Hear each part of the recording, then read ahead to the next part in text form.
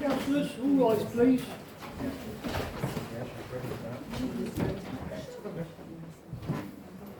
Everybody back, that's good. Councillors, please be seated.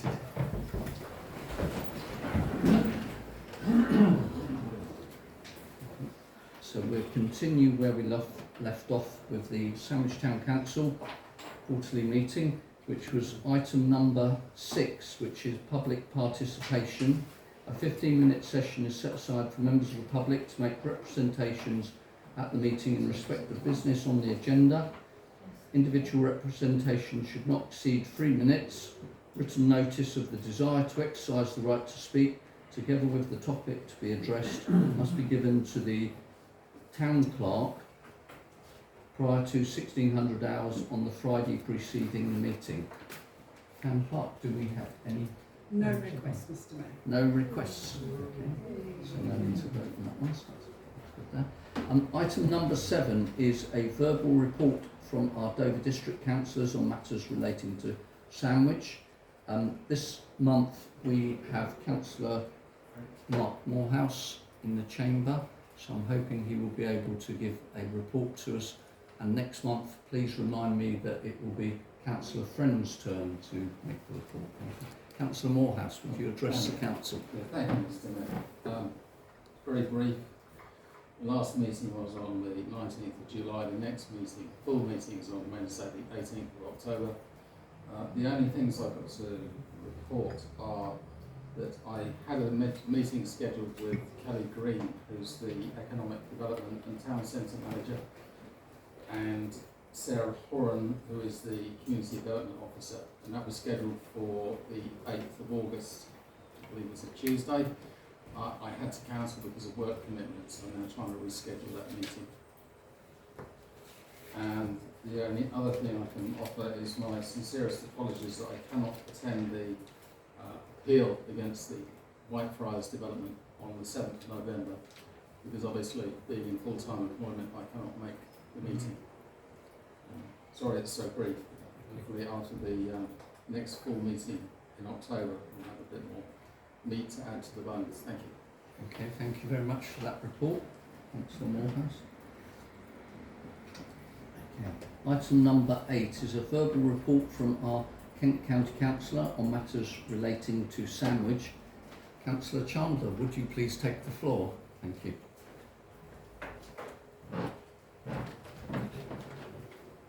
Thank you, Mr. Mayor. Good evening, councillors. So equally, August is normally a pretty quiet month for Kent County Council, and we normally have no scheduled meetings in August. However, this was slightly different, and Cabinet met last Thursday, the 17th.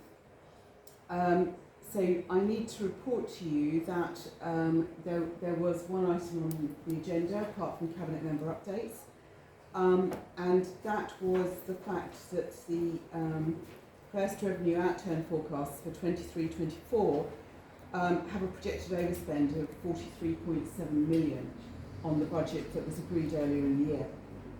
Just to put that into context, that's set against an overall revenue budget of 1.3 billion.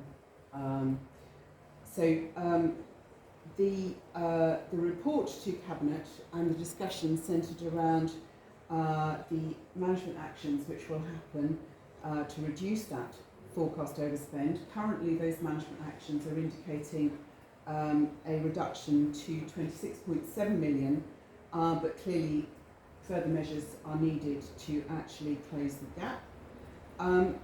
Primarily, this is due to a huge rise in what we call in the costs relating to what we call our people services.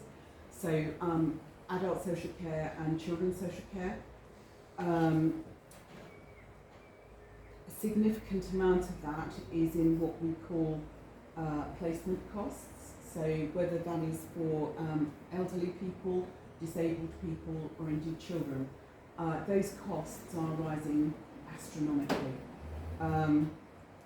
There are also some issues around short-term bed care in adult social services and care in the home costs as well. In my own area, which is children's services, our placement costs have risen by 20% over the last 8 months, shall we say. We've had a very small increase in the number of children we have in care, but in comparison to the national average and indeed the South East average, we have a very low number of children in our care. It is just that the costs of placements for those children, which are coming increasingly hard to find, have risen to give us something like a 12 million overspend in that particular area too. The other costs that have risen in the children's scenario are the transport costs, both transport costs for children who are entitled to free transport to get to school, and the transport costs for children with SEN. All of those costs are rising extremely rapidly, and the availability of those services is actually reducing. So we are struggling to find children's placements, for example, in Kent at all. Despite huge efforts in terms of recruiting our own foster carers and efforts in terms of block booking care and such things. So it's obviously an absolute priority for KCC to deliver the budget recovery plan, and there will be another meeting in October which will discuss the additional ways in which that budget is going to be brought back into line and what else can be done. So there are small overspends in other places, but on the whole balanced out by underspends in growth, environment and transport, for example. But it is the people services that are causing us a huge amount of difficulty. So the only other thing I have to report is actually some good news. In that the council has received an additional 6 million in government funding to ensure that potholes and safety critical defects can be repaired as soon as possible. So the total investment, that brings the total investment in road and footway maintenance repairs in this financial year somewhere in the order of 50 million. Although I have to say that, like all councils, July was not the best month for road repairs because of the level of rainfall. But we are actually trying to make good now. We've got 6 additional contractors that have been appointed to make sure that we can try and utilise that funding, primarily, of course, over the warmer, drier months. We hope will be warmer, drier months, and there are always taken into consideration the difficulties that closing roads to effect repairs will have. Obviously with the smaller pothole repairs, that they're usually very short-term closures, if indeed there are closures, but other kinds of work, so larger kinds of maintenance work and things like that may require longer road closures, and when we are doing that ourselves, we always take into account all the utility companies who are doing work. As we've discussed before, we can request, but we cannot prevent utility companies from certainly doing emergency work, and also any other work that they require to do, either for new developments or for maintenance or renewal. We have to give them access within certain criteria. That's the end of my report, Mr. Mayor. That's lovely. Thank you very much for that, Councillor Charnel. That's nice to end on a happy note. So. Oh, yes, indeed. Are you happy to take questions at all, Councillor? Within reason, yeah. Thank you. It's Councillor Tomlins. You're talking about a deficit and 20% rise in costs. Has central government given any additional support or funding to county councils to fill that gap at all? So we had, in the settlement that we had for this budget year, there was an increase, and it was perhaps slightly greater than we originally anticipated. But obviously, in year, government will not, the settlement is for the year. So that will not alter until we reset our budget for the year 24-25. So again, we'll get a settlement which will come for that financial year, and for which we get the information usually about 2 days before Christmas. So we will start our budget preparation this autumn. There's already preparatory work going on, but we will start in earnest our budget preparation this autumn. There is a consultation out right now, which is asking the public for their views about the priorities of our spending. And anybody the council can do that, but any individual can look at that budget consultation. And so within that context, we will know in December what that is. However, the County Council has made significant representations. The leader, particularly together with the leader of Hampshire, you may recall, I reported at the time, made significant representations to the government about the level of funding, in particular for the pupil services, and the indication that the funding currently was not sufficient. Because it's a national rising cost, isn't it? Just a local issue.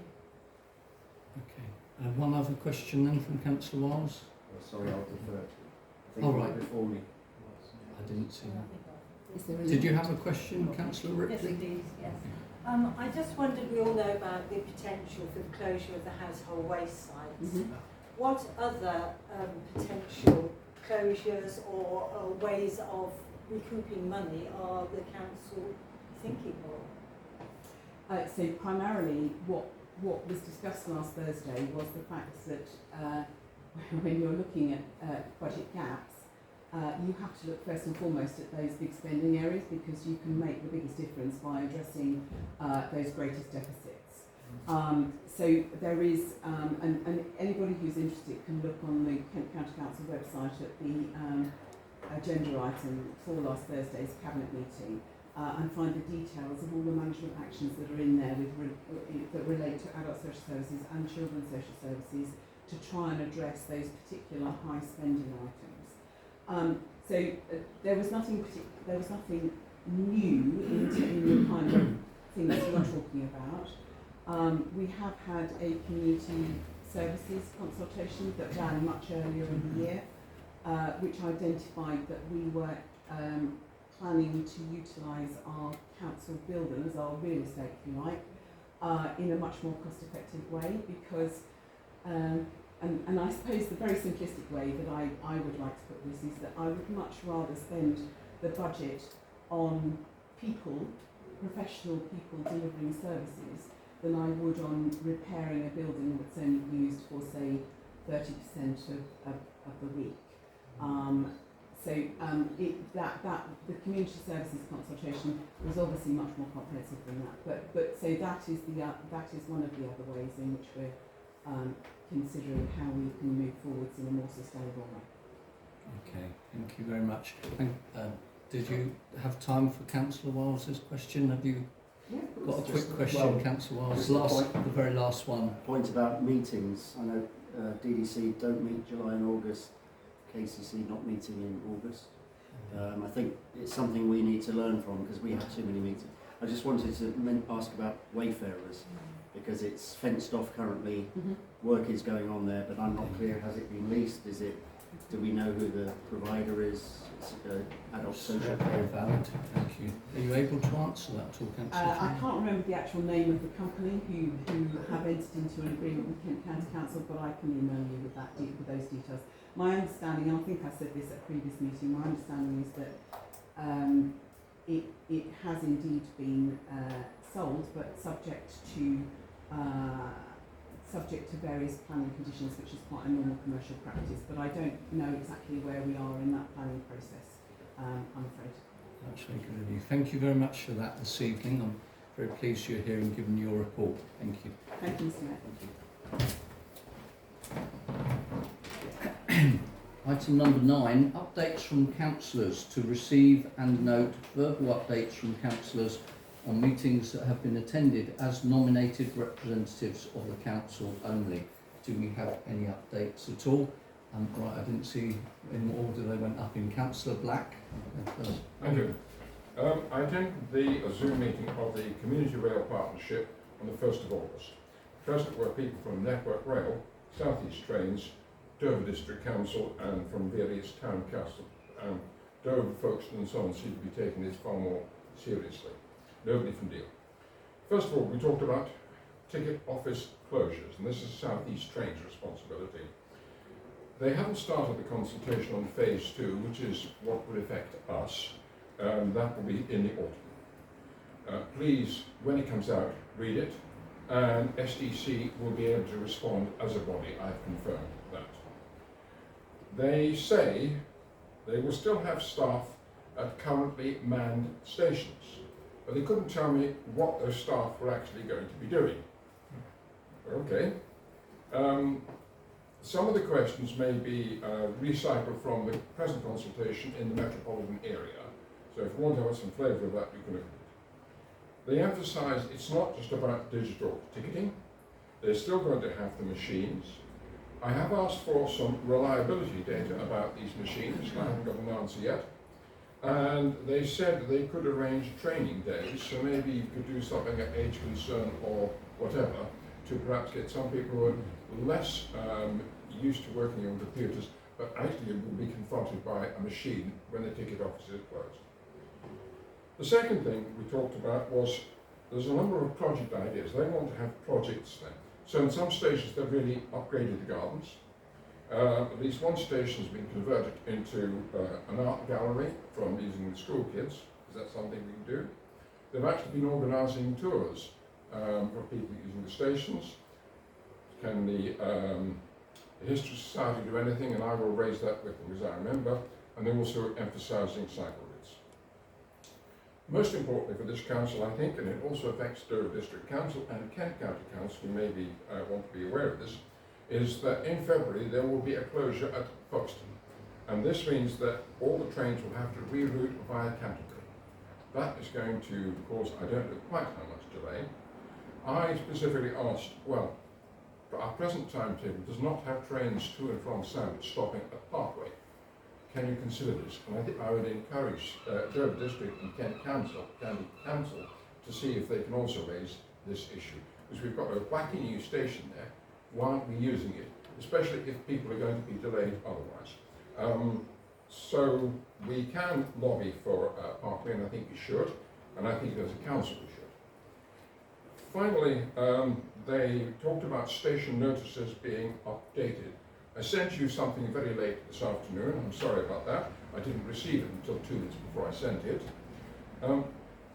Basically, they're trying to provide more information at stations. Nobody from Sandwich Town Council has been involved, as far as I know.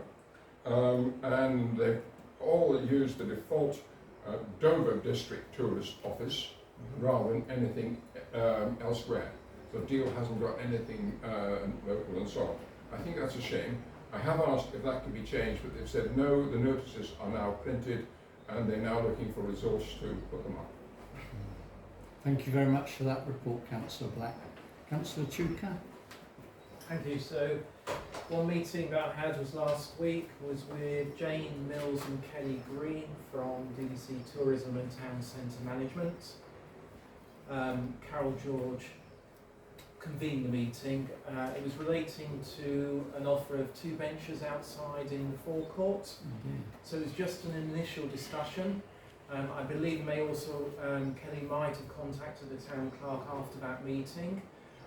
Certainly they are exploring the options of us having some additional seating, potentially at nil cost.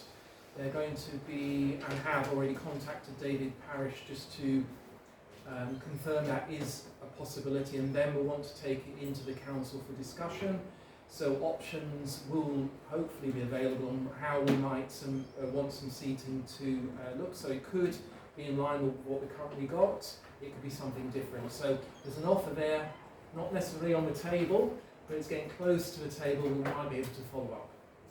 Okay, so just making the council aware that the initial discussions, no guarantees from our perspective or anything, but they will be coming to us with some detail about where we can go with this as an opportunity. And I just want to mention very quickly 2 upcoming meetings. So firstly, these both involve myself and Councillor Ripley. I mentioned it last month that we were in the middle of setting up a drop-in session for PC Matt Hawks and local councillors, and that first meeting will be going ahead on the 7th of September at Age Concern. They've been really helpful. Ben Garrett I've dealt with, and we're booked in. They have already prepared a poster. I was halfway doing one, but they've done one for us. So now that I've mentioned it here, I can push the green button for the communication material to go out, and that meeting will go ahead. It's a drop-in session for a couple of hours on a Thursday morning, where any public, not just users of the Age Concern building, can come and speak to local councillors, but also to PC Matt Hawks. And then secondly, the planning appeal for the development at Whitefriars Meadow is confirmed for the 7th and 8th of November. I just really want to just put the record straight around some of the conversations on social media that haven't been helpful in terms of public officials presenting views that aren't in line with Sandwich Town Council's position on this. We collectively, I believe, strongly object to the planning that has been requested. It's going to appeal. We already have a set of material that you kindly put in, Mayor, previously, so the material is already lodged. We haven't missed an opportunity, in my view, in terms of making our opinions known. Yep. However, a number of us are already registered to go to that hearing, and we will be representing residents. In preparation for that, myself and Councillor Ripley are going to be meeting with a number of the residents directly impacted next week, hopefully. And we're going to just sit down with them, because we know an amount about it, but we just want to fill out the details, so we go best prepared for that. Other councillors already have registered to go to that appeal hearing. That's excellent. Thank you very much for that report and the updates on the 2 meetings coming up. That's very kind of you, Councillor Chuka. Councillor Marie. Yeah, thank you, Mr. Mayor. Just a brief one. This weekend is Sandwich Festival. Sandwich Festival takes place from Saturday to Monday, with the music for Martha's Trust on the Google Square on Saturday, with a craft fair at St Peterson's Market Street. Also, the medieval encampment is on the quay from Saturday and Sunday. Sunday, the classic cars on the square on the Sunday, Italian cars on the square on Sunday, with the craft fair, with the Sunday party in the park, as we call it, or party on the quay, with live bands playing on the quay on Sunday evening. And then Monday is the annual duck race from Rotary. Sadly, I don't know any details about the Rotary duck race, because I've been trying to contact the Rotary and I've had no response. Apart from that, it's all to go. Hopefully the weather stays as nice as it has been, and hopefully I'll see you around, Mr. Mayor, to join me for a walk around on the Saturday or the Sunday. Indeed you will, particularly the classic cars. So thank you very much for that reminder, Councillor Marie. That's most important. I forgot to mention that one myself. Thank you very much. Item number 10, financial information. To receive and note the Sandwich Town Council's statement of accounts as at 31st of July 2023, income, expenditure and budget. I need a proposer and a seconder for this. This is attachment number 7. Proposed. Thank you very much. So, Mr. Mayor, attachment number 6.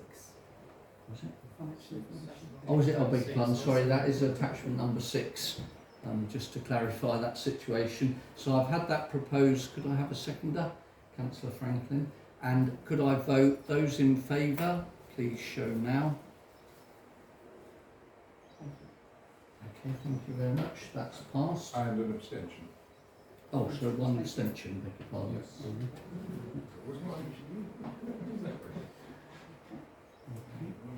And item number 11 is the internal audit of Sandwich Town Council.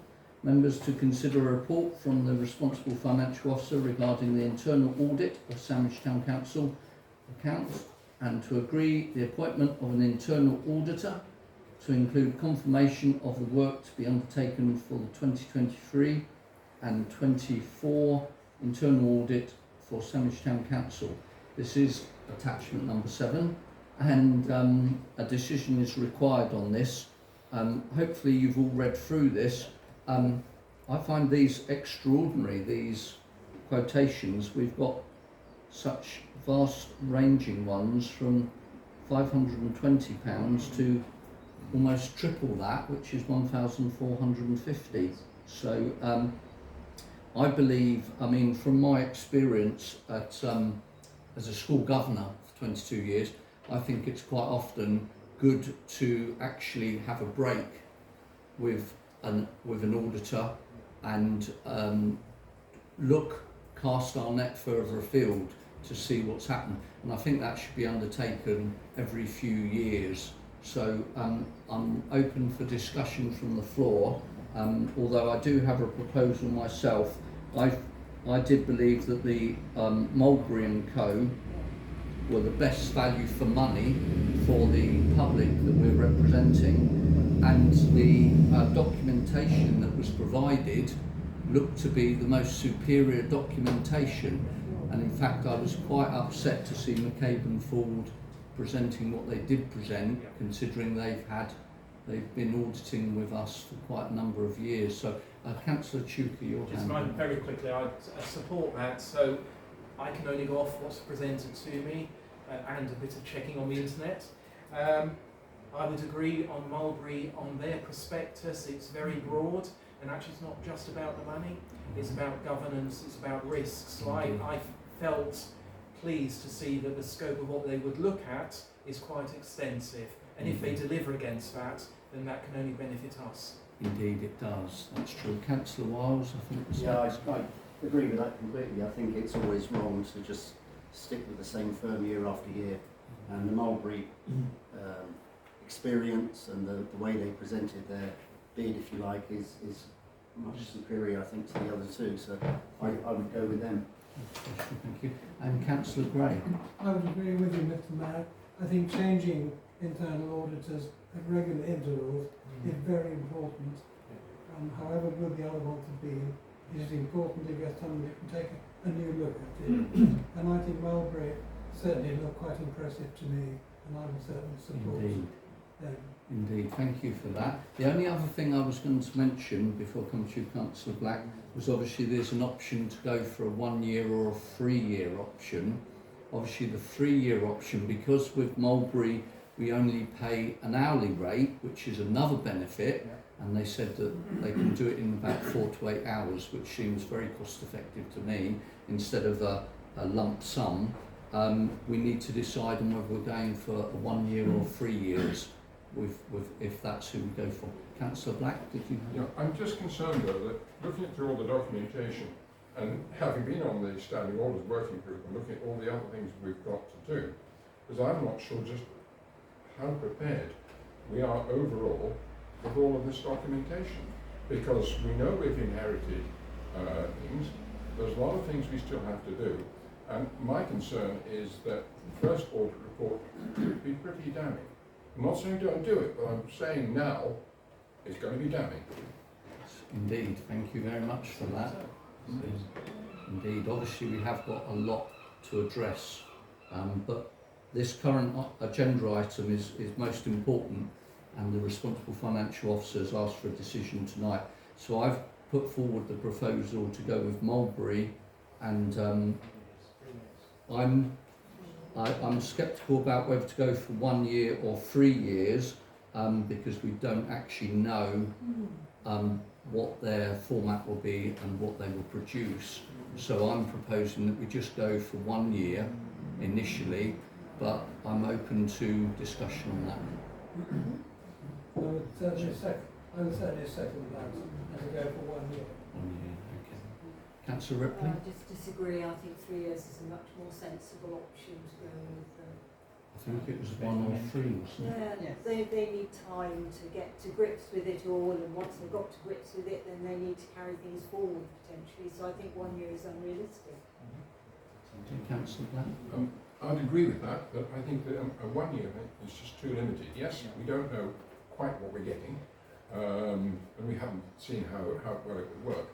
But I think because of the reservations I made a few minutes ago, you need them for 3 years, because in year 2 they could then be saying, okay, this and this has been ticked off. Now we hope that in year 3 we'll have a much longer list which has been ticked off to our satisfaction. I would recommend that we go for 3 years. I think that Councillor Ripley is completely correct. Indeed. 1 year is too short. Sure, I can take that as an amendment to my proposal. So the proposal going forward is to go with Mulberry & Co as the internal auditors, and to go for the 3-year option so that they bed in and we can assess this after 3 years. I do need a seconder for that proposal. Councillor Ripley as a seconder. Okay, and could we vote on that proposal using your cards, please? Can you just repeat? That's for Mulberry for 3 years. For 3 years. Thank you. Okay. Can I ask, Mr. Mayor, will there be a review after the first year? Because I would like to see a review of the outturn costs and the recommendations after they've had a full 12 months looking at those. So I would like, Sure, I'm quite happy with 3 years, but with a review after the first 12 months. Yep. Yeah. As seconder, Councillor Ripley, are you happy to accept that? Yeah. Okay. Could you vote whether you're in favour or against, please? Thank you. That's passed. Thank you very much. Item number 12 is the Standing Orders Working Group update. And members are to consider 2 reports from the Standing Orders Working Group with a proposed draft of newly revised standing orders for Council to consider and adopt. This is attachment items 8A and 8B, and decisions will be required on this. I just need to find my attachments on this one.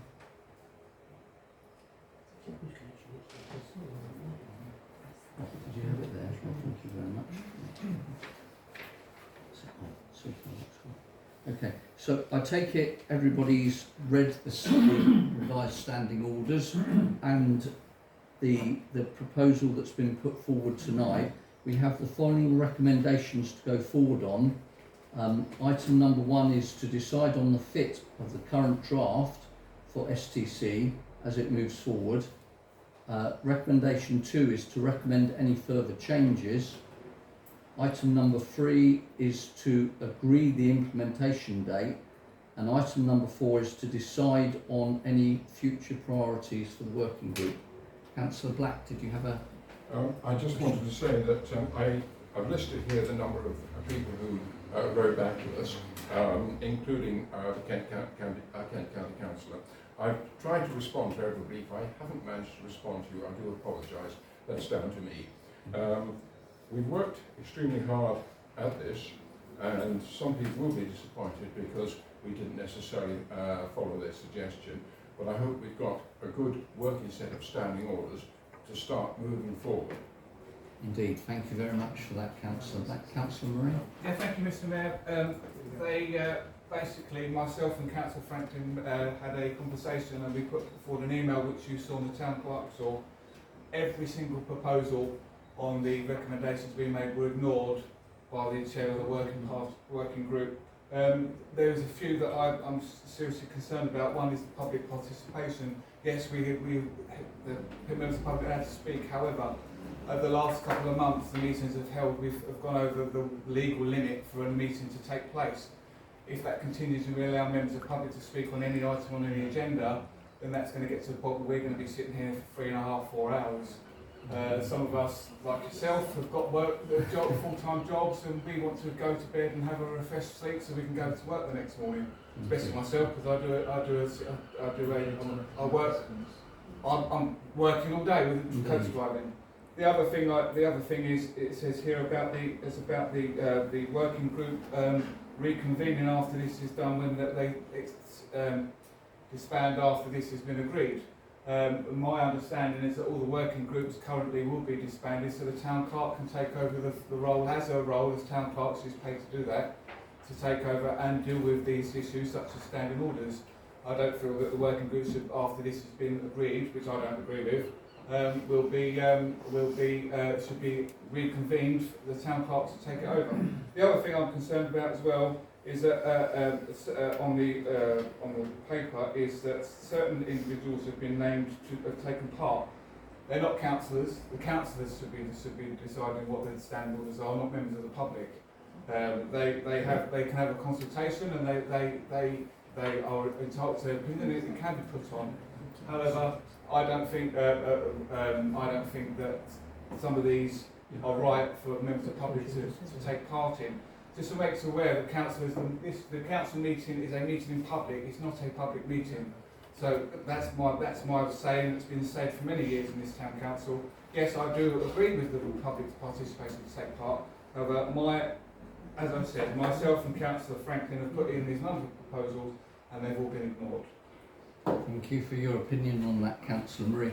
And can I just say you'll be able to use your voting right I will do so. when you vote for this. Councillor Black, briefly. I strongly object to using the word ignore. They were not ignored. The Standing Orders Working Group considered them carefully, discussed them. We didn't agree with them. That is completely different from ignore, and I would ask that that term be withdrawn. Secondly, the non-councillors that we spoke to were people who have got specific expertise, such as Bob Scrooge, who are former chair of NAC. Secondly, we asked Christina to help us, and we've had input also from the town clerk. Now, if we are to say we are going to ignore people like that with that level of expertise, there is no hope. Thank you. Thank you very much. Councillor Tudor. Mine's just a very quick comment. The purpose of me being here is about representing residents. I do not see that residents are a problem in terms of our business. We need to get our business shaped around them. Public participation is only 20 minutes for each meeting.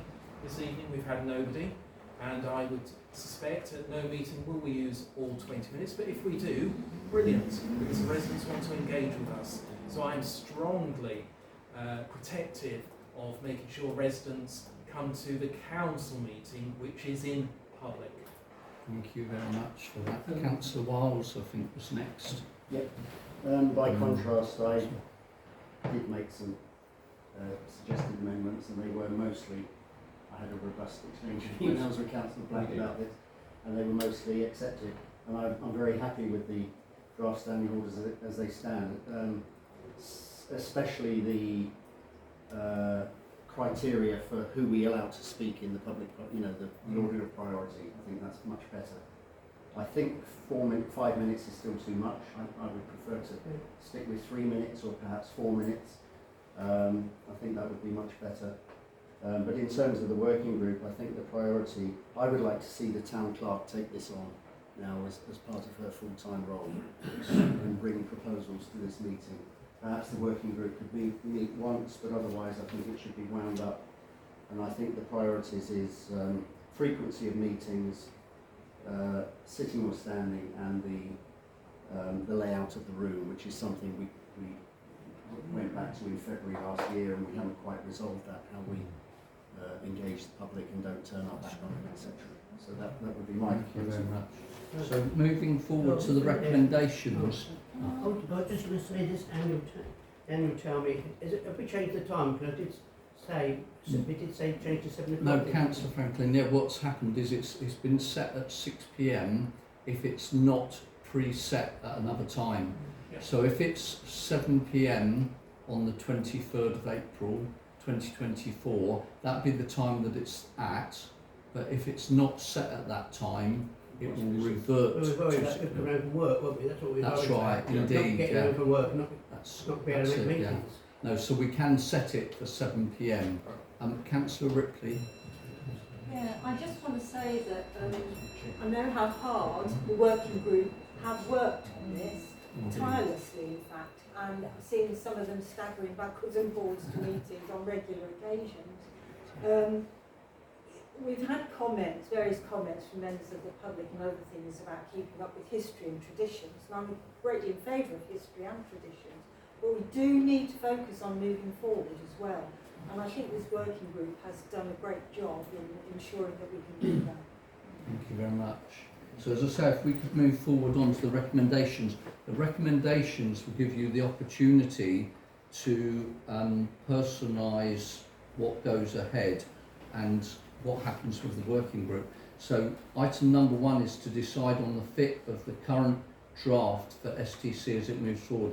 So what I'm going to do is I'm going to ask for a vote on each one of these recommendations. So item number 1, I want somebody to propose and second that the decision of the fit of the current draft for STC is correct. So Councillor Black is proposing, okay, and Councillor Ripley is seconding that. So all those in favour, please show your cards.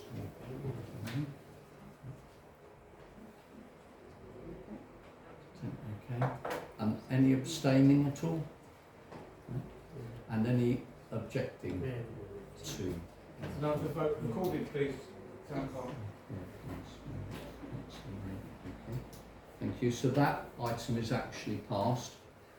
Number 2 is to recommend any further changes, and so these changes can't be massive deviations from what we've just voted on, but recommendations could go forward possibly for when the town clerk takes it over. So if there was any particular further changes, then I could take those now. Councillor Wallace? Yeah, as I said before, I propose 4 minutes for public speakers rather than 5. I think if you can't get your message across in 4 minutes, then you need to go back to your screen and rewrite the speech.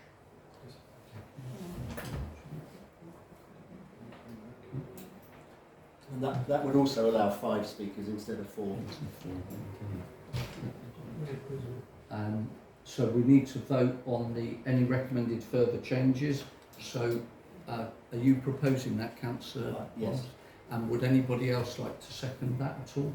I would second that. Second that, okay. Could you please be clear on exactly what we're voting on? Oh, sure. I'm not certain. Indeed, these are further changes that will be picked up by the town clerk. So the current standing order says 5 minutes per speaker, up to a maximum of 20 minutes, so 4 speakers. I'm proposing 4 minutes maximum, 4 minutes. which would allow 5 speakers within the 20 minutes. And this has been proposed and seconded for 4 minutes, so all those in favour of this proposal?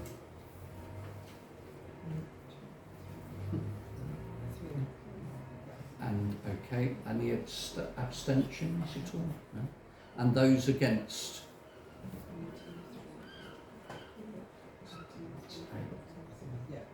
Okay, so that's failed, I'm afraid, so that's fallen by the wayside. And item number 3 is to agree on the implementation date, and I believe we had a date of the 25th of September, is that correct? Yes. Town Clerk? So I need somebody to propose and second that implementation date. Councillor Black and Councillor Gray. Those in favour of that implementation date, please show. And any against, please show. That's 2 against, so that's been carried, the 25th of September 2023. And item number 4, so this is the one where we've had a couple of queries already, and this is to decide on the priorities of the working group and what happens to the working group. So Councillor Marie, your hand went up Yeah, first. Mr Mayor, I propose that once these changes are implemented, that the working group disbands and the town clerk takes full control of the standing orders. Okay then. Does anybody do I have anybody to second that at all?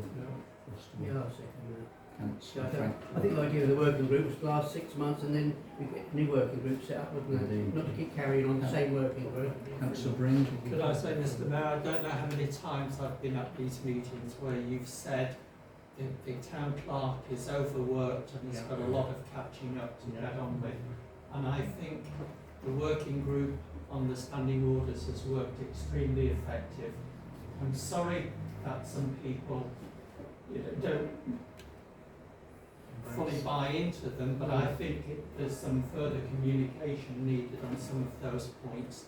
And I personally feel that it's the responsibility of us as town councillors to help the town clerk perform her duties, and ultimately the town clerk is a contributor to and can make corrections to it, as opposed to sitting in 20 or 30 hours of meetings drafting the work. So I think we're really doing this for the benefit of the town clerk and of the council, and it is a working group. Okay. So we've had a proposal and a seconder for this item. So the proposal is when the standing orders are implemented on the 25th of September, that it is then handed over for the jurisdiction of the town clerk. So we need to vote on that. Those in favour of that recommendation?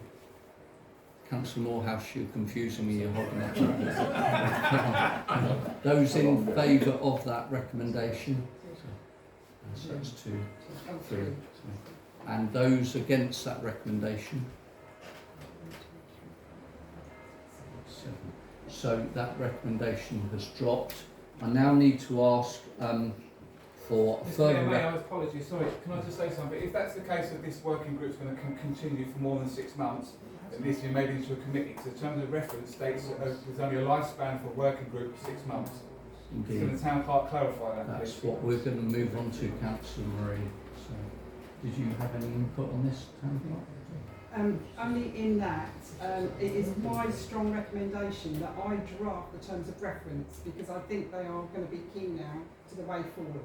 So I propose that I draft those for the next meeting, the end of September meeting, because I think we really need those now in place. Now the standing orders have been agreed, we need draft terms of reference, then everybody can have input so that we can get those in place, because really clearly now what we need is the way forward for all the committees. There can be delegation to some committees so that more work can be done in a more efficient way. It is my strong recommendation. Sorry, just one very quick one, sorry. Working group has only been going for approximately 3 months. Let's not get carried away. We're only halfway through the time that you would expect a working group to last as a maximum. So there's still sufficient capacity within that period to do more work that is delivering. Indeed, for thank us you as a for that council. update. Okay then, so I now need a proposal to decide on the next priority for this working group. Councillor Black, May I please make a stand. point first, please? Indeed. Briefly. One of the things that has come out from today is that the code of conduct, some of us are a bit concerned about the way this has appeared, and we would suggest this is something that needs to be looked at as a priority, and we would recommend that we put it in as number 1. This was a rough outline of what priorities were, but we're a bit broad-minded as to exactly which one we do. But we do recommend that the code of conduct is there, and there's some very good examples. The one you've got at present is straight uplift from Dover, and it's a little bit convoluted, to put it mildly. There are better ones out there. Thank you. Can I just add? I think the town clerk in drafting further recommendations should also be involved in setting the priorities. Indeed, she should. So is that a recommendation that you were putting forward, Councillor Black, that the working group continues? Yes. With the code of conduct? That would be my recommendation. And with the input of the town clerk? Happy to have the input as we've had before. Indeed. Have I got a seconder for that? Councillor Ripley, sorry. Okay, and could we vote in favour of that proposal? Those in...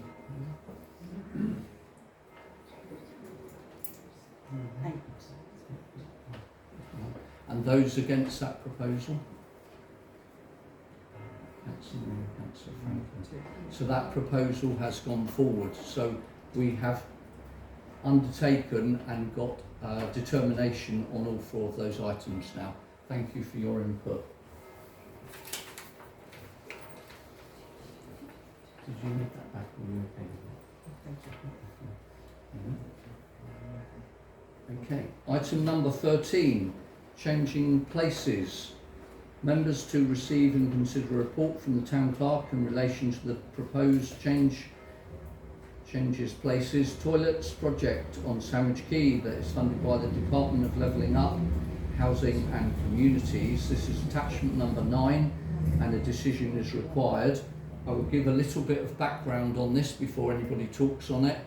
This was an item whereby quite a reasonable sum of money was brought to Sandwich Town Council, and we considered the matter, and we actually put forward, in fact I think it was a couple of solutions in the end that were put forward.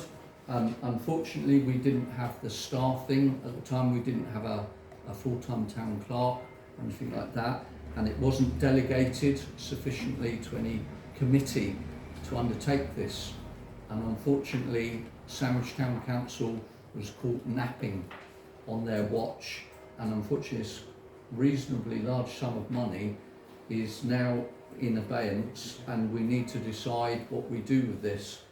Hopefully you've all read the report from the town clerk, but obviously to try and bring this back at the 11th hour would need not only Superman but probably Batman as well to enable that. So I don't know, do we have anybody to talk to? You've in a different way, Mayor, you've covered a lot of what I was going to say, because it was something I wanted to understand. I went away and investigated it. Dover was awarded 50k for one toilet, obviously Sandwich.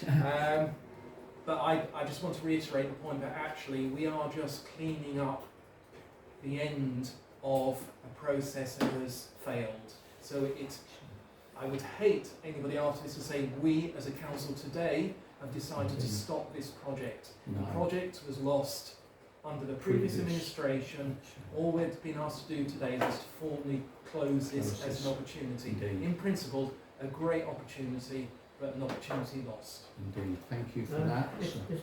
Councillor I Franklin. totally, in a way, disagree with that, because the first project was up here, wasn't it? And do away with part of the men's toilets here, and this building is an open 7 days a week, is it? And that's why we said this building isn't suitable.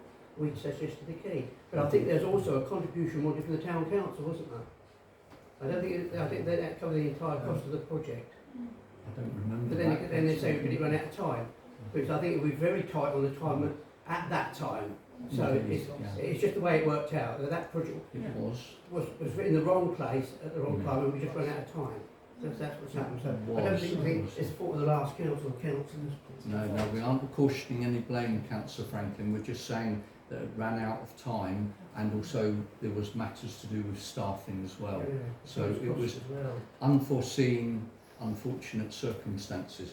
As we've said, Councillor Chuka's quite rightly said, we're reviewing the report that the town clerk has put forward, and the town clerk is, I would take her proposal forward as a councillor myself and say that unfortunately, and this really does almost bring a tear to my eye, to say that we will close up this project, and unfortunately the money will not go ahead. So I need somebody to second that proposal of adopting the town clerk's report to close up this project.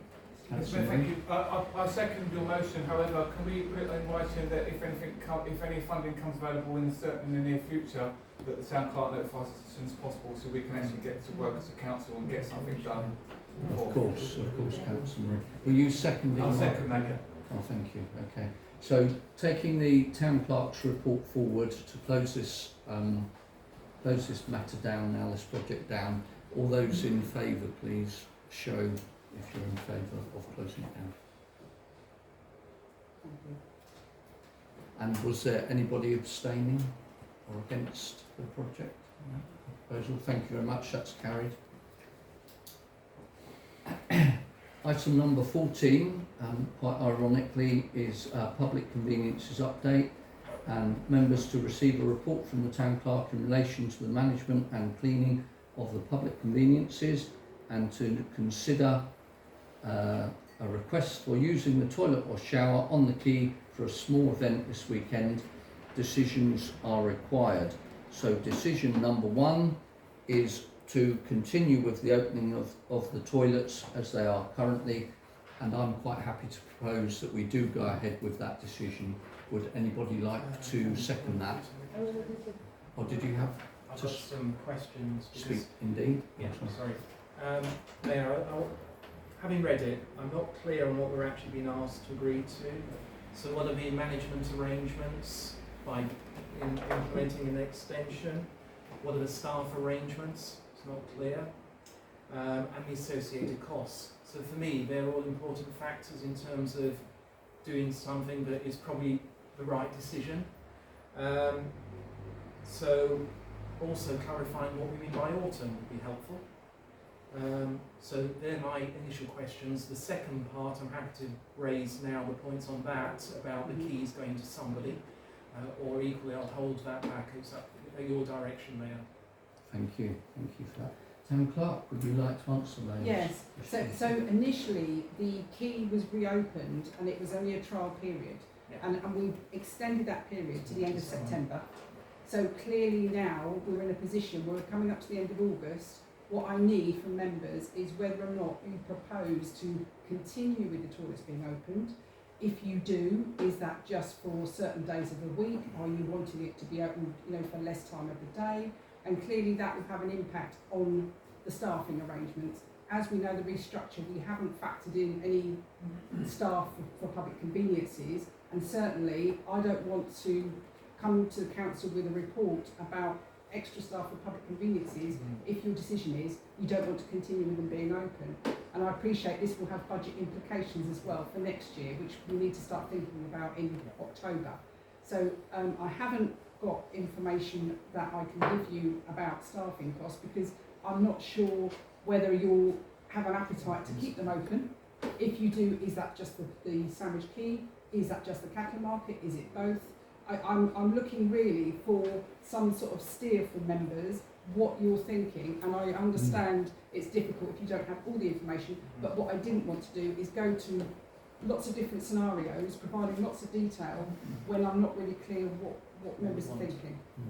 That's right. Councillor Marine was first. Thank you, Mr. Mayor. As you well know, a former councillor, Harry Sampson, started this off with the key conveniences review that he done a few months ago for the Townscape Heritage Committee, which went very well. It has been extended. It was extended. It's been extended again now to the end of September. It is going very well. However, I have one question for the town clerk. Can you tell me if the disabled part of the key toilets is now free to use? Because I still believe that it's still being paid for. If that's the case, then the council are under a lot of pressure via disability discrimination regarding allowing disabled to pay for it and others not. Town Clerk, would you please be seated? You can have access with the radar key. Yeah. So if you have a radar key, you can have access. It is on my list to address, because I do think there is an appetite to disable that payment function, but clearly that would then have an impact on whether or not that expenditure. It's no point in suffering that expenditure if members are saying, we won't continue with them being open. So that's really where we're at. We're at this sort of crossroads, if you like. We're coming to the end of September. It's whether or not you feel you want to continue with the toilets to be open in the autumn and winter periods, or whether you're thinking that the Sandwich Quay toilets in particular could be closed for the autumn and winter. Can I carry on because I haven't finished, Mr. Mayor? Just a couple more things. Briefly. So yes, I do feel that these toilets should remain open. It is going down well with residents and visitors in the town. I do feel that it should go on to at least October. At the end of October, that's when it starts calming down within the town. That's when the summer season ends. However, the other thing on here is the medieval centre are requesting the We'll keys. come on to that. That's item number 2. Thank you, Councillor Marine. Councillor Ripley. I really do think we should consider leaving the toilets, both of them actually open. A town this size that has visitors that we're trying to attract more of without any public toilets, it's just unthinkable. You can't go anywhere without any public toilets. You'd be surprised. Well, yeah. Councillor Gray. I know I always warn about it whenever the toilet is mentioned, but all these arrangements totally ignore provision of toilets with visiting boats on the quay. Now I know there are very few of them, but they do come here. They usually bring a lot of people with them. They spend money here, and they need to be able to have use of the toilet outside of the normal hours, and something has got to be done.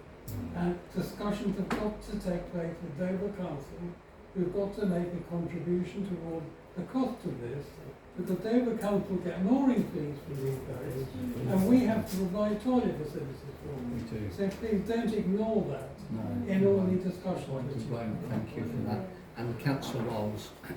Yeah, I'm in favour of them staying open until April. I just wonder if the town clerk could give us an idea of the likely cost of that, because the staffing budget currently is underspent. So if we could roughly know what the additional cost would be, and then when we come to the budget making, we can factor that in for the next year, for the full year.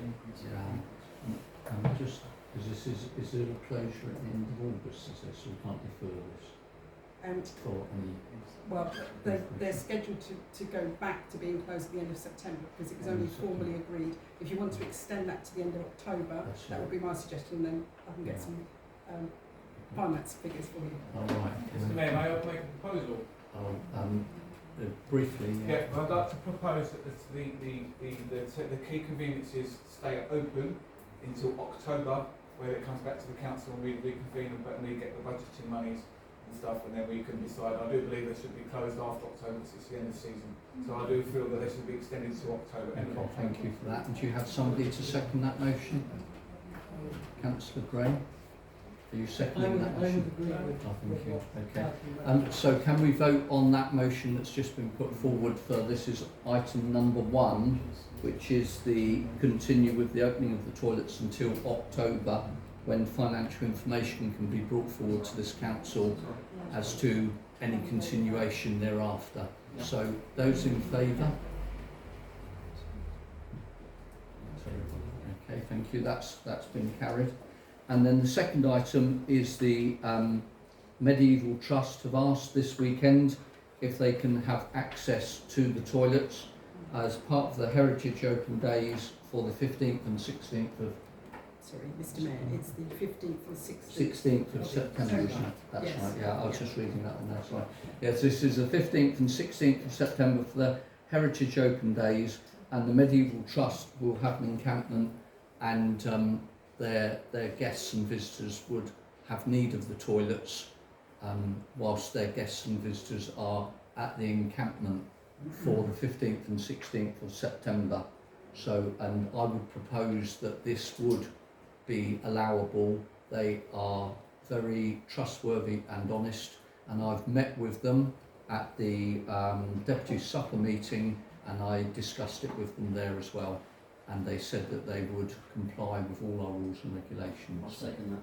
Okay, thank you. No, can Okay, we make thank you very much. I've got some comments. Oh, before we indeed, please that. do. Raise So your I hand. just, in principle, fully supportive, but I would like to know what the insurance implications are for access out of hours, because you're handing the key over to a third party. Indeed. Need to know that. Yeah. And secondly, what agreements are in place, because it will be out of hours should something go wrong. So what have we got that will be able to ensure that any problems are rectified? So we Town Clerk, if you have the answer. So, thank you. Thank you. So if there were out of hours problems, our head caretaker, hopefully he's going to be a head caretaker, Woody, will be on call. In terms of insurance, they are an event organiser, and they would, I'm sure, have public liability insurance, They and have. that will be something that I will Yeah. be You'll asking check for that evidence. before. I've Yeah, okay. already Yeah. checked with them. They Yeah. statutory. They have to have. They're having a TENS notice, and you have to have £5 million public liability cover, which they've already told me they've got, and the town clerk could be at liberty to actually view that. So, I believe we had this seconded that this arrangement should go ahead. Was that Councillor Wiles? Was it? So those in favour of allowing this to take place and help with the Medieval Trust, it's all in favour. That's passed as well. Thank you very much. Item number 15, draft code of conduct and social media policy. Members are to consider the draft code of conduct and draft social media policy for Sandwich Town Council. A decision is required on this, attachments 11A and 11B. I don't want to discuss the finite details of these policies tonight. If you're not in favour of them, vote against them. If you are in favour of them, vote for them. But you are allowed to speak on the matter. Mr Mayor. Indeed, Councillor Black. I thought we've already said that we're going to put the code of conduct as the next thing there, so it seems a bit pointless to vote on that. Indeed, we are. So this is where you need to vote on it. I thought we'd already voted, it's going to... But this agenda item has got to be voted on. So you've got to vote on it on this agenda I'm out item. of your Mr Mayor, guidance. Councillor. may I, to help Councillor Black, may I ask, recommend that we defer this item so the working group looks into it, because I do believe that's part of it, if I'm correct. That's a proposal that I'm quite happy to accept. You can either vote against accepting it so that it goes to the Standing Orders Committee, or a proposal to defer it. So, proposal, Councillor Gray, did you want to speak? I don't think the council can agree to the code of conduct because it omits a resolution which the council passed in March a year ago to extend the non-pecuniary interest disclosure provisions. That is not included in this draft. So I think the council will be wrong to approve it. So Indeed, thank you for that. the council therefore really should vote against this. Indeed, that's what I was asking for. The proposal on the table is to defer this for the Standing Orders Working Group to take this up. So that is the first item that I wish you to vote on, as to whether decision number on the code of conduct. So those in favour of... Sorry, you haven't seconded yet. Oh, no. I have a second. Oh, have I not got a second? I'll second. Councillor Breen? I think Councillor Breen was first, actually. So those in favour of deferring the code of conduct to the Standing Orders Working Group, please vote now. So that's been passed, that's been agreed. And the second item was...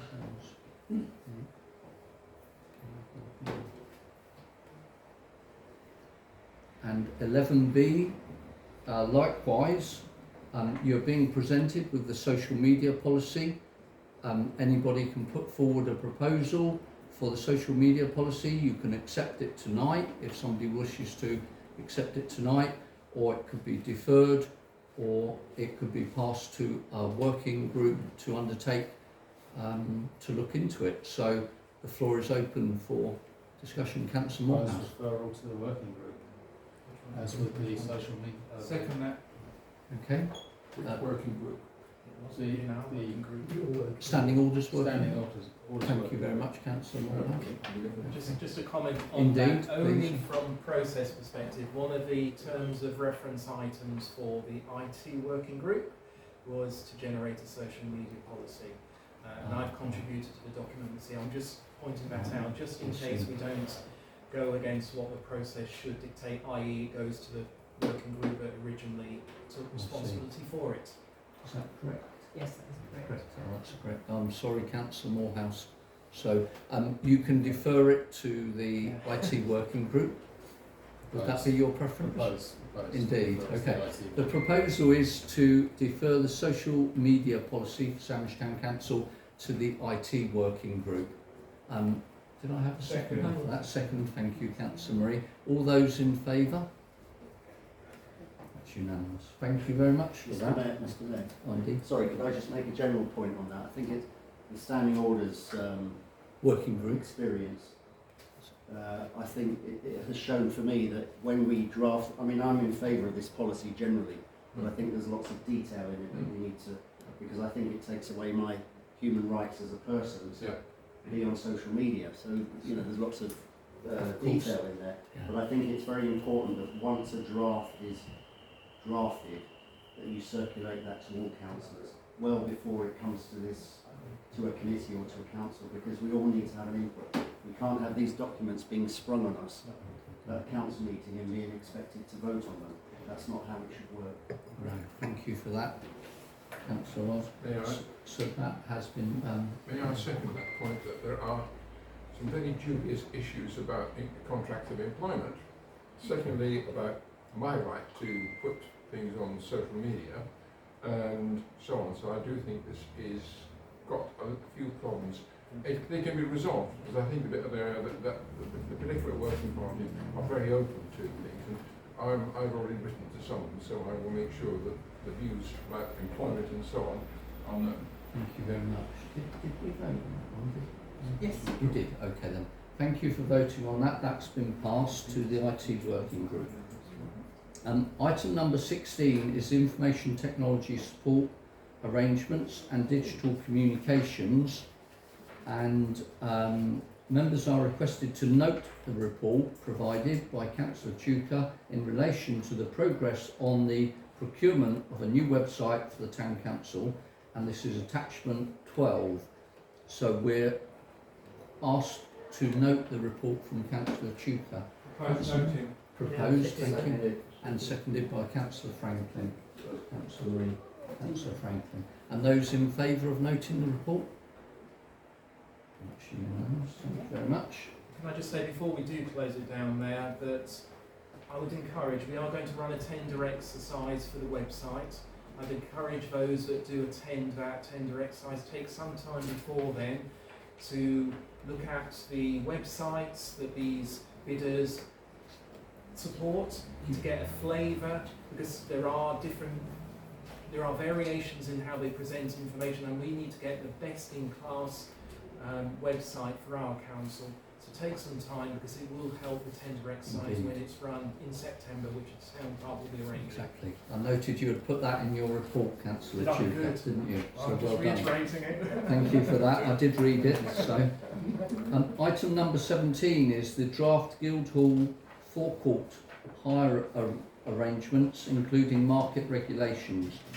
Members are to consider a report from the town clerk, including the draft market regulations, hire agreements, including commercial for the Guildhall forecourt, draft licences and proposed fees to include tables and chairs on the forecourt. This is attachment number 13, and decisions are required for this. Councillor Wiles.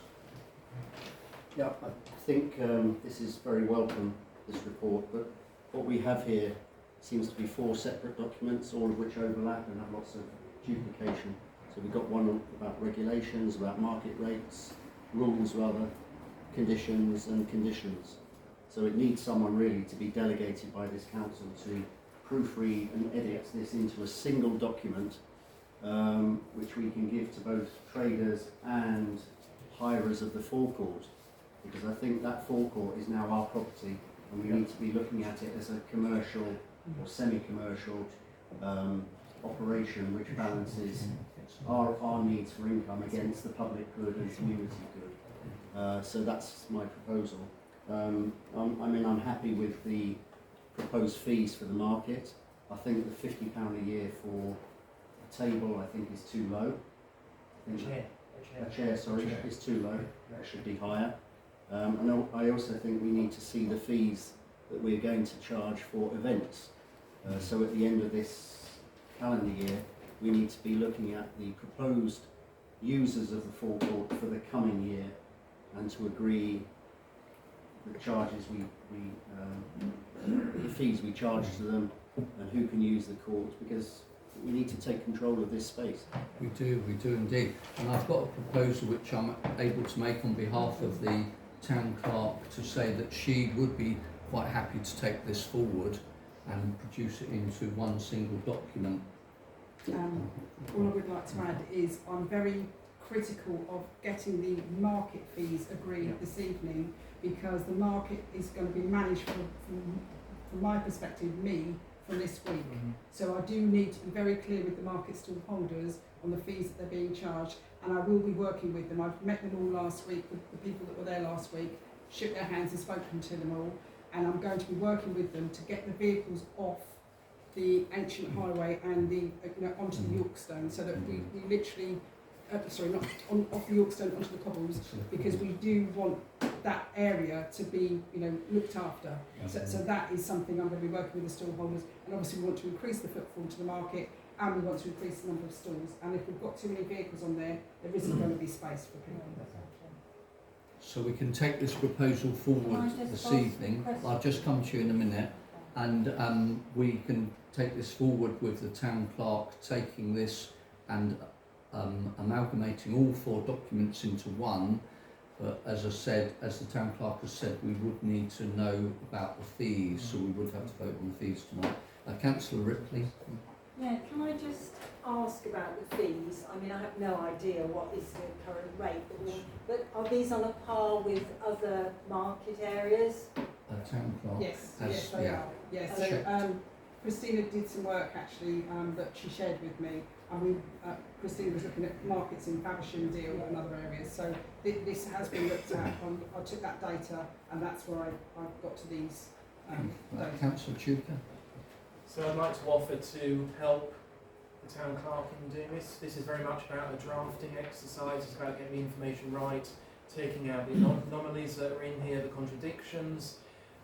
I would suggest that we don't rush it. The key thing is to get the fees agreed tonight, but then take maybe beyond, not the next STC, but the one after that, so we have a 2-month period, or if not, we'll be having to come back in 2.5 weeks with a product and actually do it properly. And within that process, picking up on Councillor Wiles' view, we invite comments in terms of the drafting itself. So actually what we do is come back and then get a reaction, but it actually doesn't. Thank you. I'll include that in the proposal. Yeah, so that would be my offer to the town clerk to help in that. Councillor Marie. Yes, thank you, Mr. Mayor. I do believe that myself and the town clerk have organise a meeting with all the event chairmans for the events around the town to discuss the new square, to discuss the fees for the new square. As we've said, it's going to be a broad spectrum for everybody to pay for the fees for the square, because this council needs to recoup the money for the loan.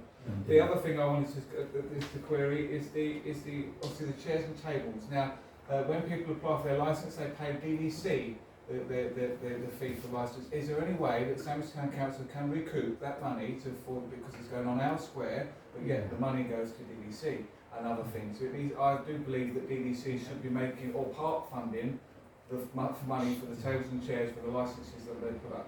But I agree with everything else. Indeed. The town clerk will reply on that one. Just to be clear, what the Dover District Council licensing team do is a regulatory licence. Yeah. So they, you know, that is the regulation. They have to work to that, and they clearly need to charge a fee for the officers that are undertaking that work. So it's not astronomical that they charge. It is a set fee, and it is to pay for the officers to do that administrative work, which is a regulatory. Thank you. So I've got a proposal to go forward here now, but the briefly. Just very briefly, as this is an interim thing pending a final version of this, can I recommend no electricity? It's a bit of a free-for-all. They're usually not pack tested. They can overload the system. They can burn things out. I've experienced all of this, and on a market day it can cause a great deal of confusion and problems. Thank you for that. The town clerk will consider that. So the proposal is for the. Sorry, can I just make one comment, Mr. Mayor? It's my understanding that the forecourt is leased to the Tollbridge Fund and Sandwich Town Council, and as such, any fees that are recovered should be shared with the Tollbridge Fund. That's correct. Thank you for that. Thank you for that.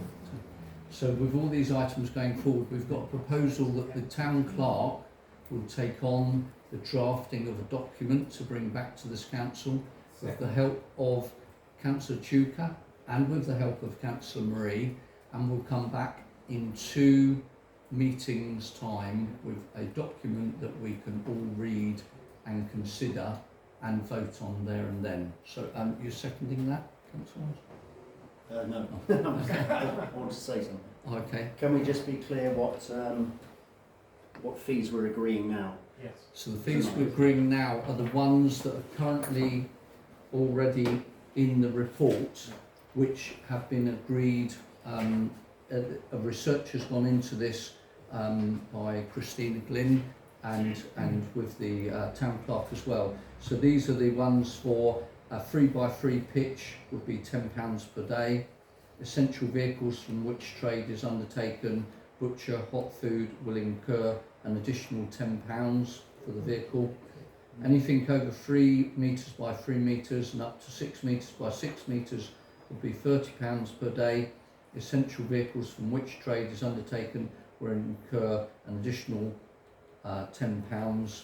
The use of gazebos and tables are at discretion. Tables are available to hire from the Town Council at a cost of £5 per day. So those are the fees that we will be voting on tonight to enable the market to go ahead from Thursday onwards. So we need a decision that will be part of the overall proposal. So the proposal is the town clerk to draft a document and bring it back in the November meeting, October meeting rather, and to agree the fees as laid out in this report. I second that, Mr. Mayor. Thank you very much, Councillor Marie. All those in favour of that proposal, please show now. Thank you very much. That is carried.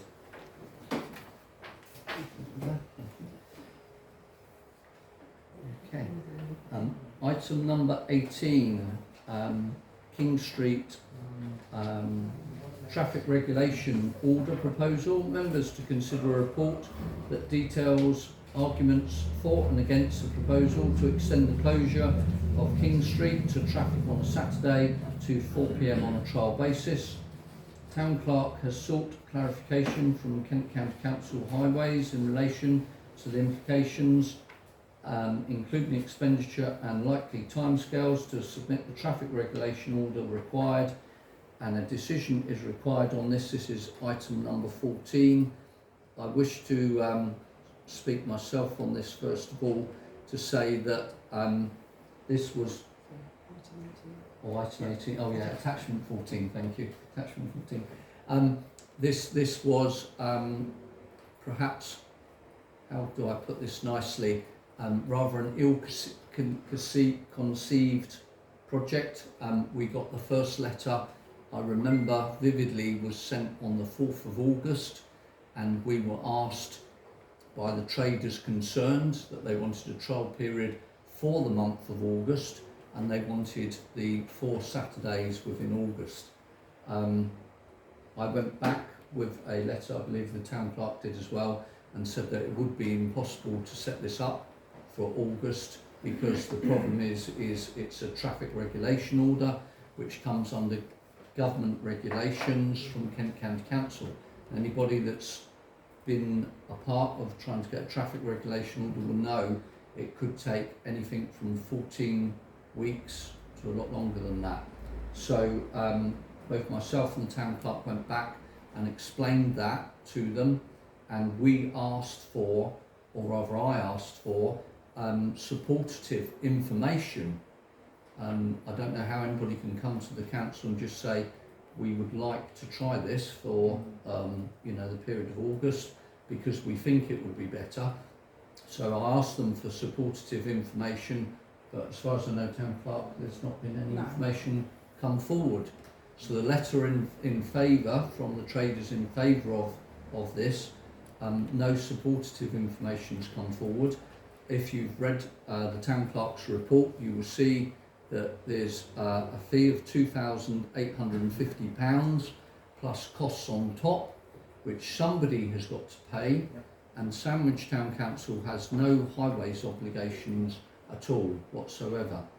On top of this, a second letter was received by the town clerk from another set of traders from King Street, and including some of the original traders from King Street, asking for it to be extended, but the second set were asking for it not to be extended. So we're now in this position where we have to decide how we take this forward, and Councillor Tuker, I think you're So I don't think we should be expressing any views at the moment in terms of whether we support or don't support the idea, because there is a complete lack of evidence. We don't have evidence of demand from shopkeepers, we have views. We don't have evidence of demand from residents. We don't have evidence of the benefits or disbenefits of running a scheme. So I think the question that we should be asking ourselves is, before a consultation that might be undertaken, two questions I think. One, who would pay for the fees to set up the consultation? Maybe the people who want to run the scheme should be the people who should be paying for it. But secondly, is there something that we should do as a council to engage with the shopkeepers to say, what are the views, what is the general feeling about this? Because actually, is it 2 traders are anti and 15 are pro, or is it vice versa? So we haven't got any evidence to base this on apart from 2 letters in front of us with completely opposite views. Yeah, indeed. I understand that, Councillor Shuker, but also this is a matter of a commercial nature, so it is to improve the footfall to the shops in King Street, and Sandwich Town Council needs to be very careful how we move forward on this, because if we do this for King Street, are we expected to do this for Market Street and other trading areas? This will also have a considerable amount of officer time, which if we calculate the amount of officer time on top of the fees, we could be looking at a very large figure indeed, and until we have additional staffing, when can this be done? So I'll bring in Councillor Marine. Yeah, thank you, Mr. Mayor. I've spoken to both authors of the letters in great detail. Some councillors have lived here long enough, you know that road closure has been in for a very, very long time. They are requesting it to be extended. However, I have said I've heard both views. I do feel that a consultation is needed within the town to discuss whether that is. My personal opinion, I agree it should be extended to bring the footfall back into King Street. The traders are asking for it. We should be going with their wishes. I do feel that it will help in the summer months regarding the tourism. Delft Street is currently closed in the summer, weekends in the summer due to the Fleur de Lis having their closure of the weekends, which is great. It brings out a lot of people, a lot more footfall. But I do feel that the council there should be more evidence to suggest that it should be done. I also feel that a consultation is needed for the town, especially for the businesses in the town, to say whether they would like it or not. And I agree with that. My proposal myself would be that this item is deferred until the traders undertake that consultation themselves and come back to this council, which is what I did ask them to do quite some time ago now, and we've not had any feedback from them at all. Councillor Wiles? I mean, this is a debate that's been going on for years, obviously. Indeed. We've got 2 letters, both beginning I write on behalf of traders in King Street, asking for diametrically opposed things. So how can we make any decision on that unless we know who's in favour, who's against? I mean, what's needed in this town, it's not just about the businesses, it's about the residents, the visitors, and what's best for them. So it's not just the traders.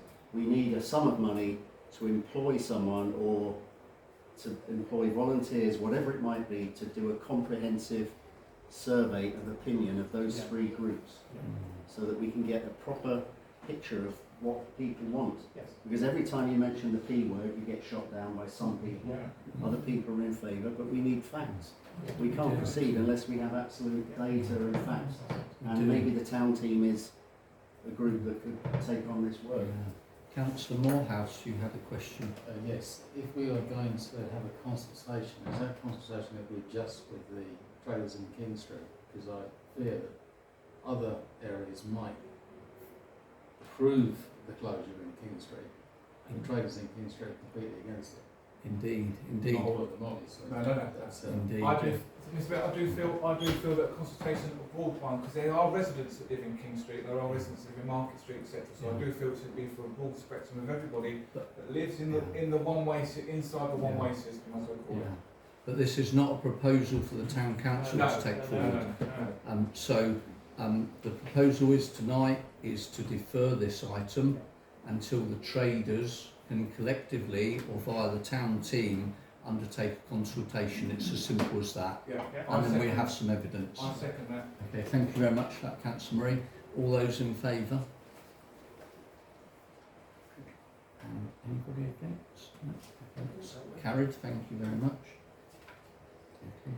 Item number 19 is Peace Monument proposal for Sandwich. Members to consider a report from the Town Clerk in relation to a formal invitation received from the Twin Town of Ronce and NSB FNC, the Royal Federation of Belgian Volunteers, of veterans, Belgian veterans, for Sandwich to be the first town in the UK to have a peace monument. And sorry about this. Decision is required on this, and I was trying to bring to you. I had a somewhere here. I had a. Oh, here it is. Councillor Wilde. Sorry, could I squeeze past? Sorry, before anybody makes a decision. So I should have handed this out earlier. Would you be able to pass that to your left, please? This is a photograph of this. Okay, this item has been raised with two councillors already in this chamber, namely Councillor Franklin and myself. And there is a party that lives in Staple who has approached both Councillor Franklin when he was mayor and has now approached me to say that this monument is from the Belgian veterans, and it's going to be the first. It's a peace monument. It's not for any particular war or anything to do with the war, and it's a peace monument that the Belgian veterans would like Sandwich to have the first one off. Now, for those of you that do not know, Sandwich is twinned, as well as Sonsbeck and Honfleur is twinned with Ronce, and we had a very good twinning committee for 30 years, and unfortunately got disbanded. Ronce still believe we are twinned with them, and they wish to continue our twinning, but that's another matter. I won't raise that tonight. But they are very keen on Sandwich being the very first town in the UK to have this monument. Now, cost-wise, the monument is being donated or given to us, and all we have to do is we have to make the arrangements to have it installed in a prominent place where it can be attended for a ceremony of peace to take place. The town clerk has undertaken negotiations or talks with Dover District Council Planning to find out about putting the monument in place, and I believe they said that no planning was actually required. Is that correct? That's correct, yeah. That's correct. So there would be no planning required to be applied for, and no planning fees for that case as well. So it'd just be a case of putting it in place.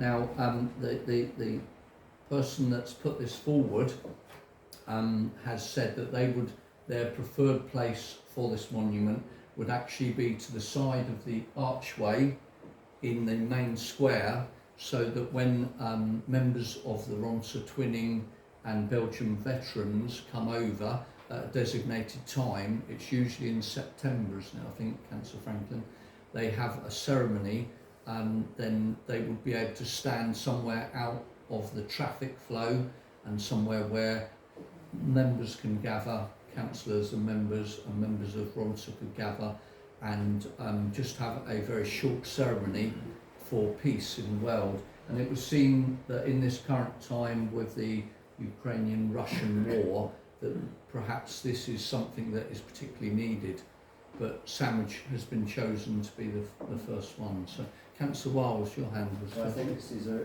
good proposal. I'm prepared to propose put that acceptance. forward. Thank you. Councillor Mallet. Mr. Mayor, I think this is an excellent proposal. I would like to suggest an alternative place, though. Yes, Indeed. Where we have the entrance to the museum, there is an obelisk, which is, it's wrong. There is a light that highlights this obelisk. Wouldn't it be nice to have the light highlighting the peace monument? Indeed, that's a good option. Yeah, thank you very much for that. So, okay then, so we've had a proposal. Oh, Councillor Franklin, because you've got I know, I did meet with Chappie very keen. I don't think the Market Square personally is the correct place, because it's a peace monument.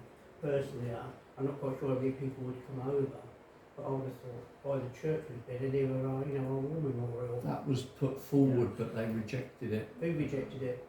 The person in question. Yeah, well, I think we should have to tell him rather he tells us where we put it. Yeah. I think he had the trouble at Staple. he wanted to tell Staple where to put it, and they told him to get on his bike, unfortunately. And that's where he lives. So I think we tell him where we want it, and I'm not sure whether with the market and the pop, you know, the music, the venues and everything, and I'll be worried about it getting damaged. Yeah. Good point. That is my only problem in vans. My only problem in here would be it getting damaged, and I should hate to see it getting damaged. Yeah. The two requirements from the person putting this forward was it had to be in a public place, so he didn't want it tucked away. I had said to him possibly we might be able to get it put down the quay, and he said that would be abhorrent, he would not want it down the quay. He needs it in a public place, he needs it somewhere where people can meet in safety, not block any roads, pathways or pavements. It's got to be somewhere where a ceremony for peace can be undertaken peacefully. So, Councillor Morehouse. St. Peter's Church Gardens would be the perfect venue. Indeed, yeah. So, oh, sorry, Councillor Carter. St. Peter's Church Garden, I think you need permission from the church. CCT. Yes, CCT. it's very difficult permission. They're awful. Councillor Tomlins. I'd just like to add my support to Councillor Manners' proposal. Oh, thank you. Okay, that's very good, thank you. And Councillor Marie? Yeah, I agree with Councillor Franklin. I think I personally think it should be near the quay, on the quay side, especially like near the beacon. It's the town beacon. I reckon it's gated off, it's fenced off, it's easy access to get to. It is a public place, and it's peaceful. You're not going to have a road with buses screaming down the road when someone's trying to. I did offer the key to him, but he totally. I do feel that we should give him more options than just the key. I think we should give him the options. Yeah. Is the proposal to accept in principle that we do want to have a monument? If so, that's easier to pass than coming up with a solution. Thank you for that, Councillor Tuker. Yeah. So, okay, we take a proposal forward that Sandwich Town Council would like to take up the offer of a memorial, and what I would do is I will engage with the person who's organising this to come and address the council, and perhaps this could be questioned directly with the person proposing this, and we'll take it like that. So does anybody second that proposal? Okay, Councillor Morehouse, I believe. And all those in favour of accepting? So, unanimous. Thank you very much for that. Okay. Item 20, outside bodies report. Members to consider a report from Councillor Tuker in relation to the Sandwich Town Council representatives on outside bodies and the relationship with two outside bodies. This is attachment 16, and a decision is required on this. So we need to go forward with this. I did have a list of people for this. Oh, what's my list now? Oh, indeed. Sorry, I should have declared an interest at the beginning of the meeting, but I'm a trustee of Gays and Salts. Nature Reserve. It's not. I don't think it's a pecuniary interest, but it is some kind of interest. So we're looking at a proposal to put 4 representatives forward for the Sandwich United Charities, which I have. I've got the nominees here. That's right. So the Sandwich United Charities, the 4 nominees would be Councillor Tuker, Councillor Breen, Councillor Mrs Carter and Councillor Wiles. And the 4 nominees for Gays and Salts Nature Reserve would be Councillor Ripley, Councillor Morehouse, Councillor Gray and Councillor Breen, all who have agreed to stand as nominees to both these outside bodies. There's been discussion with the town clerk and to determine whether or not with Councillor Gray and Councillor Tuker as to whether or not this was agreeable and that we were within our rights to do this, and it has been agreed. In fact, the town clerk, you contacted, was it District Council or something? No, sorry, Mr. Mayor. Oh, didn't matter? No. Oh, sorry. No. Okay, sorry. But it has been researched, and we have got the councillor friend had actually alluded to a couple of items, one of which was a minute from a previous town council meeting, which does not conclusively say that Sandwich Town Council nominees should not be put forward to the Gays and Salts Nature Reserve. So there is nothing to stop us putting these nominations forward. And in fact, I believe it's 2 of the nominees for the Sandwich United Charities should have stepped down from their posts already. So there are at least 2 vacancies on Sandwich United Charities. So anybody speak on this? Councillor Marie, to begin with. Mr Mayor, thank you very much. I have a statement from the Chairman of Gays and Salts, if I'm allowed to read it out, please. Indeed. Thank you very much. So, dear members of Sandwich Town Council, I trust this message finds you in good health. I've asked councillors to meet with this statement regarding the item on your agenda. Despite repeated communications clarifying these points previously, there has been another agenda item discussing Gays and Salts Nature Reserve. In April 2020, the trustees of the Gays and Salts Nature Reserve made a significant decision to amend our constitution, particularly in relation to section 36A. This motion was deliberated upon and duly passed with notifications sent to the appropriate bodies.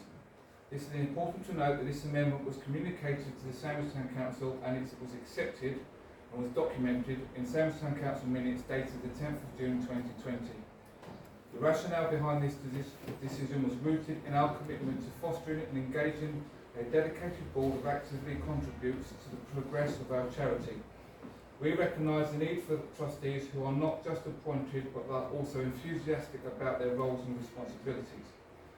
With a genuine desire to drive our organisation forward, this approach, we believe, it is vital for a small community-orientated charity like ours.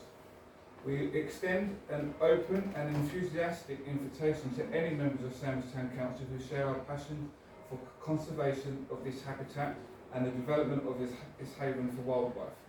We welcome those who are willing to step into trustee roles, actively contribute and collaboratively work towards our shared goals. At present, Gays and Salts Nature Reserve is undergoing a process of reconstructing our charity into a charitable incorporated organisation, CIO, and subsequently deregistering from Companies House. In line with this transformation phase, our board and volunteers have unanimously voted to maintain the current composition of the board until this process concludes. I assure you that our intention is not to foster discord, but to rather emphasise our commitment to collaboration. We stand open and ready to work alongside any town councillor who is genuinely interested in actively participating as a trustee. However, as was in 2020, we had moved beyond the era of council-nominated representatives and firmly believe that our organisation's progress hinges on trustees who are willingly to take part in their responsibilities and contribute with passion. I appreciate your understanding and consideration of these matters. We remain committed for our shared objectives and look forward to constructive engagement for those who wish to join us in this endeavour. Yours sincerely, Mr Dan Friend, Chair of Gays and Salts Nature Reserve. Thank you for that. I'll just read the report that the Town Clerk has given us, and it says that this legal requirement to that the Governing Committee should accept nominees is stated in the Articles of Association for Gays and Salts Nature Reserve that's held by the Charity Commission for England and Wales. And an extract of these articles is included at Annex 3. So legally it is enshrined in the Articles of Association at the Charity Commission. Has Councillor Friend given any evidence? Not as yet, no. Okay, thank you.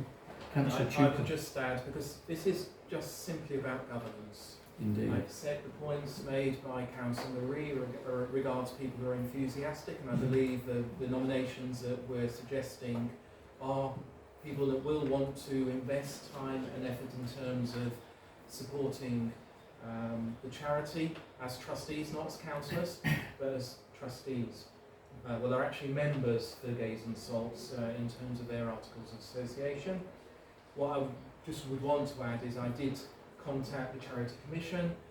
They did a search for me in terms of the documentation. They confirmed to me there was a legal responsibility of the charity in terms of particularly a significant event, which is moving from a COO to a CIO, is to have a properly constituted committee.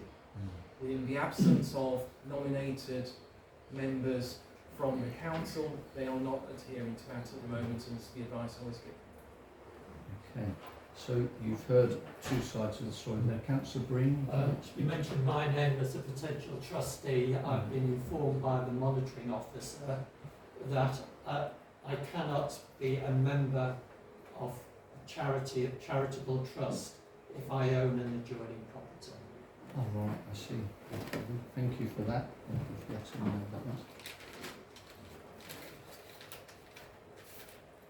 So, okay, super. So, the matter is that this has been researched, and it's legally been found that Sandwich Town Council should be nominating representatives to both of these outside bodies, and they have to be accepted by these outside bodies, otherwise they're contravening their requirements with the Charity Commission, and this has been proven and we have evidence for that. I'll put forward a proposal that we put forward the 4 nominees to the Sandwich United Charities, as said. Can you read them again? I was just going to Councillor Marie. So that was Councillor Chuka, Councillor Breen, Councillor Mrs Carter and Councillor Wiles. That was for Sandwich United Charities. And then for Gazing Salts Nature Reserve we had Councillor Ripley, Councillor Morehouse, Councillor Gray, and we would have to substitute somebody for Councillor Breen. Councillor Marie? I'd like to put my name forward for that if Councillor Indeed, that would be most opportune. Thank you for offering for that. And that would be Councillor Marie would be the last one of that. So that is the proposal. I'm asking for a seconder for that matter, Councillor Ripley, and I'm asking for all those to show in favour or not in favour.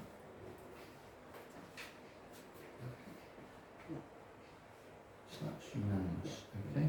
Thank you very much for that. Okay. And the date of the next full council meeting is the 25th of September 2023. As it is 9 of the clock, I would